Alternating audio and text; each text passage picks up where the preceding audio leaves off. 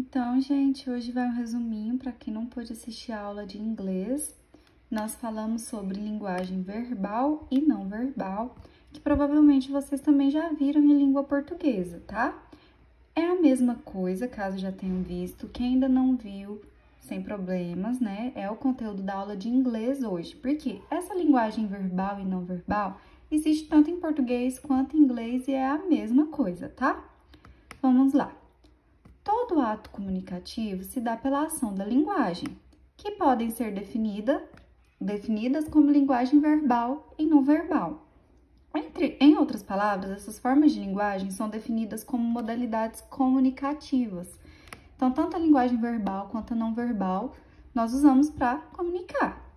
Isso significa que será necessário a ação de um emissor, ou seja, quem envia a mensagem, e de um receptor, ou seja, quem recebe a mensagem, com o intuito de receber ou transmitir uma mensagem. Então, a linguagem verbal, também chamada de linguagem verbalizada, é expressa por meio de palavras escritas ou faladas. E a não verbal utiliza signos visuais, como, por exemplo, gestos, postura, ilustrações, placas, músicas.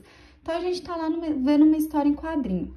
Do jeito que o bonequinho está se comportando, como ele está sentado, ou o jeito que ele está olhando, já vai ajudar a gente a interpretar o texto, certo?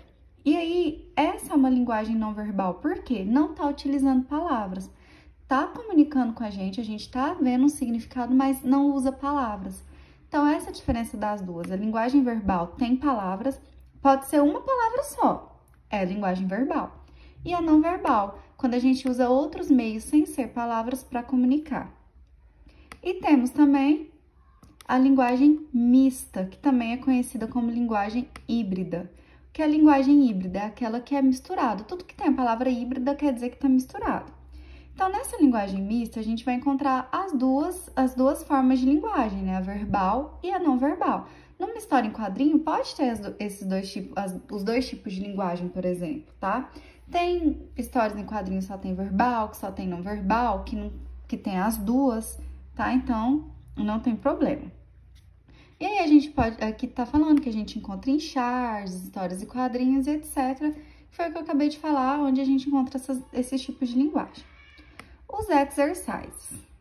Number 1. Vocês vão analisar essa história em quadrinhos aqui, tá? Ah, eu não entendi o que tá escrito, porque tá tudo em inglês. Pode ver no Google Tradutor, pode olhar no dicionário, pode me perguntar. Vocês vão ler, vão ver porque, ó, linguagem verbal tá escrito e linguagem não verbal. Ó, o jeito que ela tá falando, conversando, o jeito que esse aqui tá olhando, o gesto aqui do último quadrinho. Então, vocês vão interpretar todas as linguagens, a verbal e a não verbal, e a responder a número 1.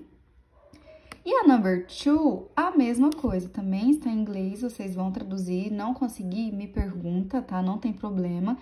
Vão traduzir essa linguagem verbal e vão dar uma olhada na não verbal. Ó, vai ver que aqui tá coloridinho, aqui não tá, aqui também não tá colorido. Por quê? É uma linguagem não verbal aí, essa pintura. Então, vocês também vão observar e vão responder a number 2.